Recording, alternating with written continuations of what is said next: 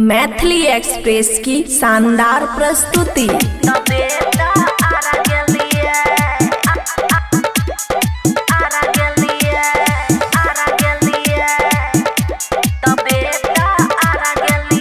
खुशी recording studio बलुआहा।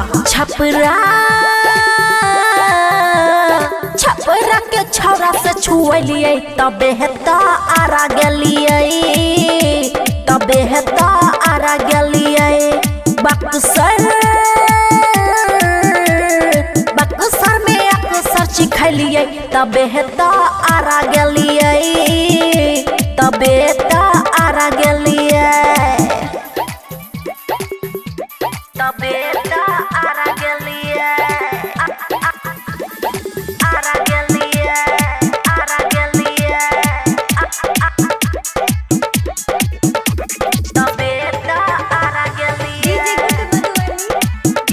खुशी recording studio बलुआहा।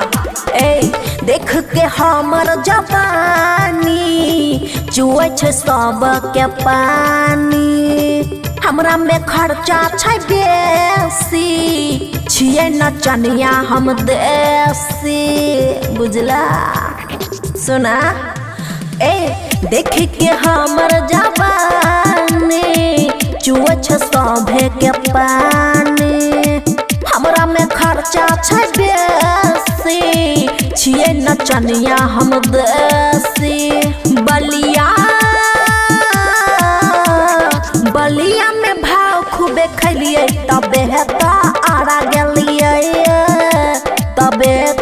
आरा गेलिए, बुझला तबे आरा गेलिए आरा गेलिए आरा गेलिए तबे आरा गेलिए आरा गेलिए। दरभंगा मधुबनी में टच करे छे बेरा बेरी, अमन सोनू गोलू में होई छे झगड़ा बेसी, सुनो लड़ो मत। हाँ दरभंगा मधुबनी में टच करे छे बेरा बेरी, अमन सोनू गोलू में हाई छे झगड़ा बेसी। आनु के बात नहीं मानलो तबे आरा गेलो तबे हेता आरा गेलो। खुशी रिकॉर्डिंग स्टूडियो बलुआहा।